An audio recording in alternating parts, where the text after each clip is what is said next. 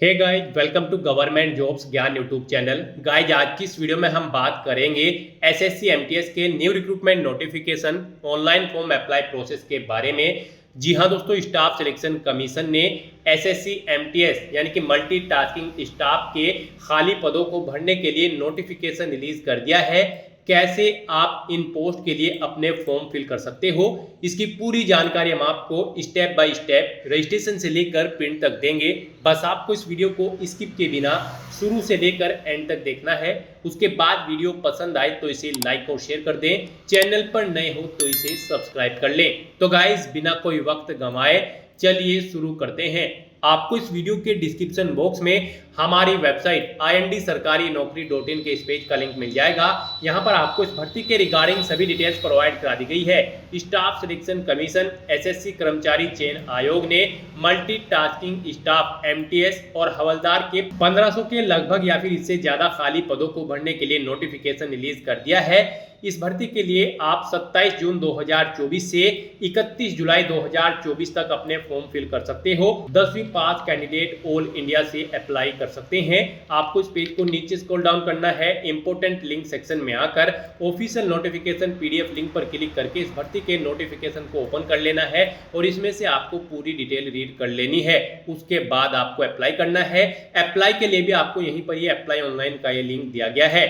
जैसे ही आप apply online के इस लिंक पर क्लिक करेंगे तो आपके सामने स्टाफ सिलेक्शन कमीशन एसएससी का ये ऑफिशियल पोर्टल ओपन हो जाएगा। यहाँ पर आकर गाइस, आपको इस वेबसाइट के टॉप पर ही लॉगिन और रजिस्टर ये टैब दी गई है। आपको इस टैब पर क्लिक करना है और अगर आपने पहले से रजिस्ट्रेशन कर रखा है तो आपको लॉगिन करके अपना फॉर्म फिल कर लेना है। और अगर आपने रजिस्ट्रेशन नहीं कर रखा है OTR का यानी कि वन टाइम रजिस्ट्रेशन एसएससी पे कंप्लीट नहीं कर रखा है तो सबसे पहले यहाँ पर आपको अपना रजिस्ट्रेशन करना होगा और उसके बाद आपको अपना फॉर्म फिल करना होगा।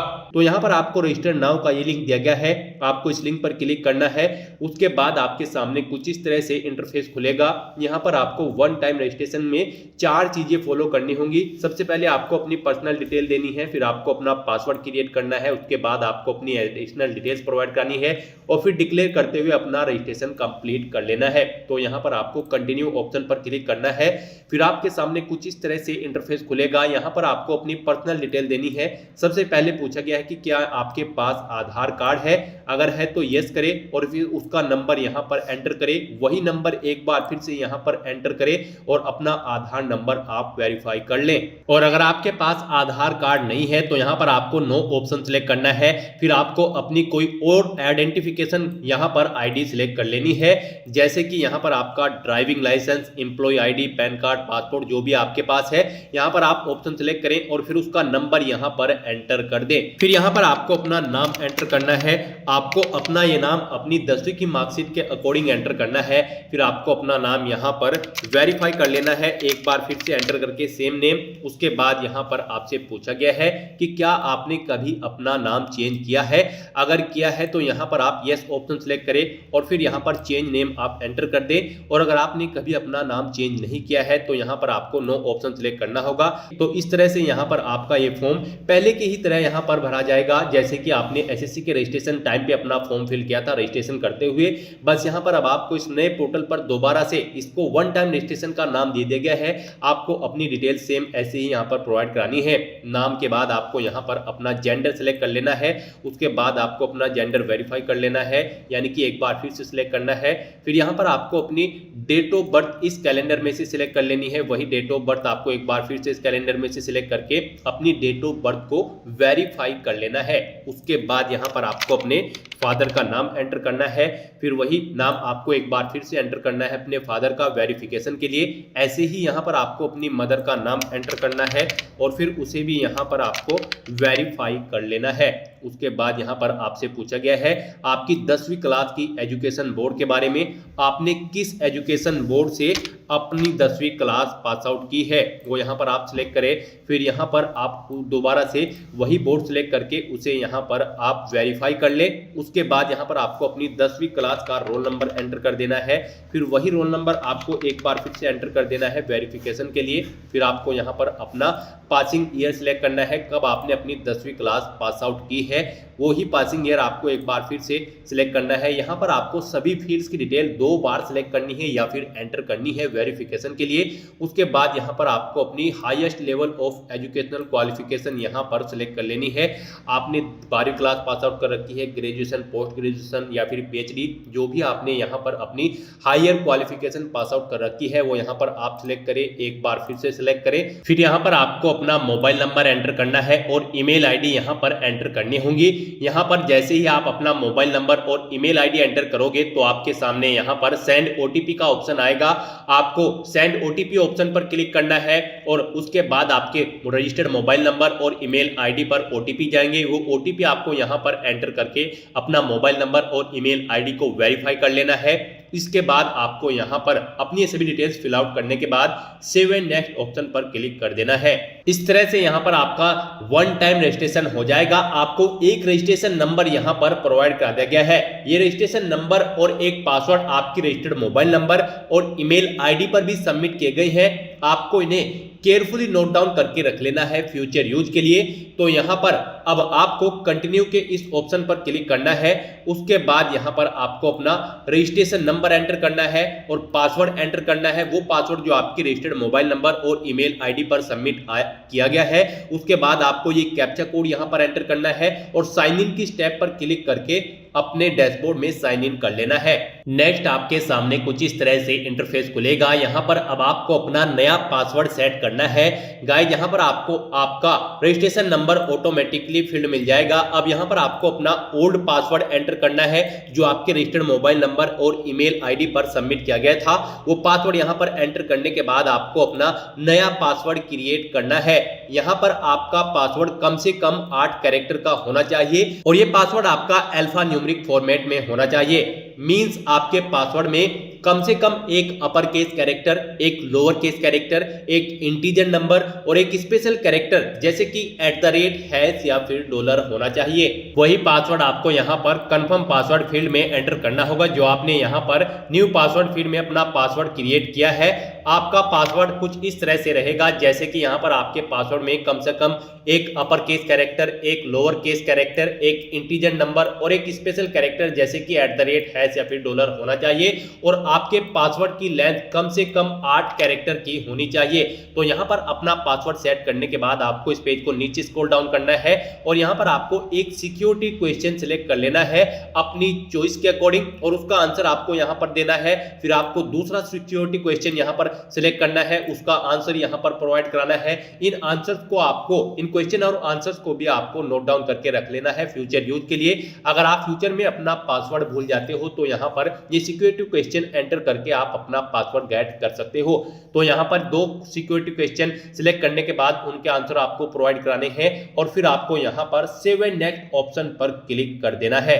इस तरह से यहाँ पर आपका पासवर्ड क्रिएशन का ये जो सेक्शन है ये कंप्लीट हो जाएगा और आपका पासवर्ड रीसेट हो जाएगा। अब यहाँ पर आपको दोबारा से अपना रजिस्ट्रेशन नंबर एंटर करना है और नया पासवर्ड जो आपने अभी अभी क्रिएट किया है वो यहाँ पर आपको एंटर करना है। ये कैप्चा कोड एंटर करना है और लॉगिन की स्टेप पर क्लिक करके लॉगिन कर लेना है। नेक्स्ट यहाँ पर आपको अपनी एडिशनल डिटेल्स प्रोवाइड करानी है। एडिशनल डिटेल में यहाँ पर आपको सबसे पहले अपनी कैटेगरी सिलेक्ट कर लेनी है। उसके बाद आपको अपनी कैटेगरी वेरीफाई कर लेनी है। फिर आपको अपनी नेशनैलिटी यहाँ पर सिलेक्ट कर लेनी है। उसके बाद यहाँ पर आपको अपनी कॉन्टैक्ट डिटेल प्रोवाइड करा देनी है। अगर आप अदर नेशनल हैं, अगर यानी कि आप इंडिया से बाहर के कैंडिडेट हैं तो आपको यहाँ पर अपनी उसकी डिटेल प्रोवाइड करा देनी है। और अगर आप इंडिया आपकी नेशनैलिटी है फिर तो आपको यहाँ पर ये कॉलम डिसेबल कर दिया जाएगा, आपको कोई डिटेल यहाँ पर प्रोवाइड करानी नहीं है। उसके बाद यहाँ पर आपको आइडेंटिफिकेशन मार्क्स, आपकी बॉडी पर कहीं कोई कट या तिल का निशान है तो उस पैलेस का नाम यहाँ पर आप एंटर कर दें, नहीं है तो यहाँ पर आप नो मार्क एंटर कर दें। उसके बाद आपसे पूछा गया है कि क्या आप पर्सन विद बेंचमार्क डिसेबिलिटी यानी कि PWBD कैंडिडेट हैं, अगर हैं तो यस करें और फिर यहाँ पर अपनी डिसेबिलिटी का टाइप सिलेक्ट करें और उसके अपने डिसेबिलिटी सर्टिफिकेट का नंबर एंटर कर दें। और अगर आप PWBD कैंडिडेट नहीं हो तो यहाँ पर आपको नो ऑप्शन सिलेक्ट करना होगा। फिर आगे की फील्ड इससे रिलेटेड आपकी डिसेबल्ड कर दी जाएगी। उसके बाद यहाँ पर आपको अपना परमानेंट एड्रेस एंटर कर देना है। उसके बाद आपको अपना स्टेट यहाँ पर सिलेक्ट कर लेना है। फिर यहाँ पर आपको अपना डिस्ट्रिक्ट सिलेक्ट कर लेना है और अपना पिन कोड यहाँ पर आपको एंटर कर देना है। उसके बाद यहाँ पर गाइज आपको अपना प्रेजेंट एड्रेस एंटर करना है। और अगर आपका प्रेजेंट एड्रेस और परमानेंट एड्रेस सेम है तो यहाँ पर बस आपको is permanent address same as permanent address के सेक्शन में यस ऑप्शन को क्लिक करना होगा। ऑटोमेटिकली आपका प्रेजेंट एड्रेस आपके परमानेंट एड्रेस के अकॉर्डिंग फिल हो जाएगा। उसके बाद यहाँ पर आपको सेव एंड नेक्स्ट ऑप्शन पर क्लिक कर देना है। आपकी एडिशनल डिटेल सक्सेसफुली कंप्लीट हो जाएगी। उसके बाद आपको मैसेज शो कर दिया जाएगा आपकी एडिशनल डिटेल सक्सेसफुली कंप्लीट हो चुकी है। फिर आपको उस पॉपअप को कट कर देना होगा। उसके बाद आपके सामने यहाँ पर कुछ इस तरह से इंटरफेस खुलेगा। यहाँ पर आपके वन टाइम रजिस्ट्रेशन के डिक्लेरेशन सेक्शन ओपन हो चुका है। आपको ये डिटेल्स केयरफुली रीड आउट करनी है और उसके बाद I agree for the about term and conditions, आपको इन टर्म एंड कंडीशंस को रीड करके इस चेकबॉक्स को ओके कर देना है। और अगर आप अपने रजिस्ट्रेशन का प्रीव्यू चेकआउट करना चाहते हैं तो आप प्रीव्यू OTR ऑप्शन पर क्लिक करें। आपके रजिस्ट्रेशन का पूरा प्रीव्यू यहां पर आपको शो कर दिया जाएगा। आपको सभी डिटेल्स केयरफुली चेकआउट करनी है और प्रिंट बटन पर क्लिक करके अपने वन टाइम रजिस्ट्रेशन का एक हार्ड कॉपी प्रिंट आउट ले लेना है फ्यूचर यूज के लिए, फ्यूचर रेफरेंस के लिए। प्रीव्यू चेक करने के बाद आपको डिक्लेयर ऑप्शन पर क्लिक कर देना है। इस तरह से यहां पर आपके सामने मैसेज शो हो जाएगा, आपका डिक्लेरेशन सक्सेसफुली सबमिट कर दिया गया है। अब यहां पर आपको इसे पॉपअप को कट कर देना है। अपना वन टाइम रजिस्ट्रेशन कंप्लीट करने के बाद आपको आपके डैशबोर्ड में डायरेक्ट कर दिया जाएगा, जहां पर आपको MTS का एक सेक्शन प्रोवाइड किया जाएगा। उसमें जाकर आपको अप्लाई के स्टेप पर क्लिक कर देना है। उसके बाद आपको यहां पर फॉर्म फिल करने से पहले कुछ जरूरी इंस्ट्रक्शंस प्रोवाइड कर दिए गए हैं। आपको इन्हें केयरफुली रीड डाउन करना है और फिर फिल फॉर्म ऑप्शन पर क्लिक कर देना है। उसके बाद आपको आपकी पर्सनल डिटेल्स यहां पर शो कर दी जाएगी। आपने जो रजिस्ट्रेशन टाइम पे फिल की थी, यहां पर आपको इन्हें केयरफुली चेकआउट करना है। पेज को नीचे स्क्रॉल डाउन करना है और आपको नेक्स्ट ऑप्शन पर क्लिक कर देना है। अब यहां पर आपको अपनी एजुकेशनल क्वालिफिकेशन की डिटेल फिल करनी है। सबसे पहले यहां पर आपको अपनी हाईएस्ट एजुकेशनल क्वालिफिकेशन सिलेक्ट कर लेनी है। तो यहां पर आप अपने अकॉर्डिंग क्वालिफिकेशन सिलेक्ट करें, जो भी आपकी हाईएस्ट क्वालिफिकेशन है। उसके बाद आपको यहां पर क्वालिफाइंग एजुकेशनल क्वालिफिकेशन की डिटेल प्रोवाइड करनी है। उसके बाद यहां पर आपको अपना स्टेट सिलेक्ट कर लेना है, किस स्टेट से आप बिलोंग करते हो। उसके बाद यहाँ पर आपको अपने बोर्ड या यूनिवर्सिटी का नाम बताना है जिससे आपने अपनी 10वीं क्लास या फिर ग्रेजुएट डिग्री कंप्लीट की है। उसके बाद यहाँ पर आपको अपना रोल नंबर एंटर कर देना है। फिर यहाँ पर आपको अपनी परसेंटेज देनी है, कितने परसेंटेज मार्क्स आपने ऑब्टेन किए थे। CGPA अगर है तो यहाँ पर आप CGPA एंटर कर दें। उसके बाद यहाँ पर आपको सेव एंड नेक्स्ट ऑप्शन पर क्लिक कर देना है। फिर आपसे पूछा गया है कि क्या आप एक सर्विसमैन कैंडिडेट हैं, अगर हैं तो यस करें और फिर इसकी डिटेल दें, नहीं है तो आप नो ऑप्शन सेलेक्ट कर ले। ऐसे ही आपसे पूछा गया है कि क्या आप एज में रिलैक्सेशन चाहते हैं, अगर चाहते हैं तो यस करें और फिर उसकी डिटेल यहाँ पर सिलेक्ट करें, यानी कि रिलैक्सेशन कोड सिलेक्ट करें। नहीं चाहते हैं तो यहाँ पर आपको नो ऑप्शन सिलेक्ट कर लेना है।